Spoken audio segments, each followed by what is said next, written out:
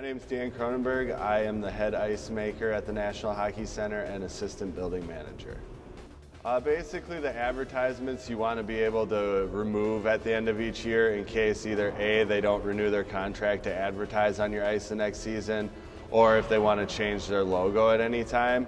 So basically, we have the hockey rink painted for hockey, meaning the goal line, the creases, the blue lines and the red line are all on the floor in paint, so it's a white base floor with the lines painted right on it.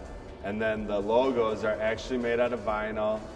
We get them produced based on who buys the spots and who buys the advertisement for that area, and then we basically lay them on the floor, whether it's at the start of the year or as we just had to do with the WCHA logos in the middle of the year, we'll cut the ice out and add them then.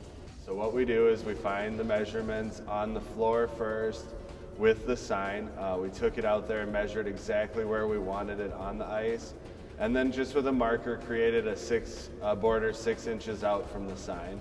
So that would give us a rough idea where to cut in the ice. We then took a circle saw, just a regular hand power saw, and cut those lines out.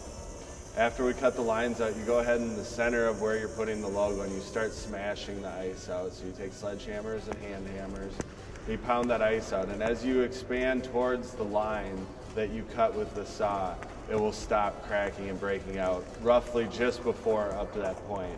So now you have the clear floor area to put your logo down. We removed all the ice either by hand or with the Zamboni, all the chunks that we took off.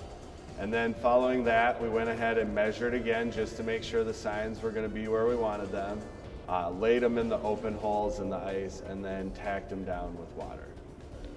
Basically, the process of adding water goes in 3 stages. You're going to start with just a hand pump, something that you can put a fine mist down where when the water hits the sign, it won't move it. You don't want that sign to move once you have it set. Basically, you're going to do that until the sign has just been covered, barely covered. It's probably a 1/16 of an inch of ice.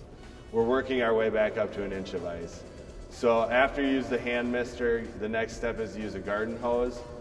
You can't be too aggressive that early still. If you move the ice, it'll displace the sign and then you got to start all over.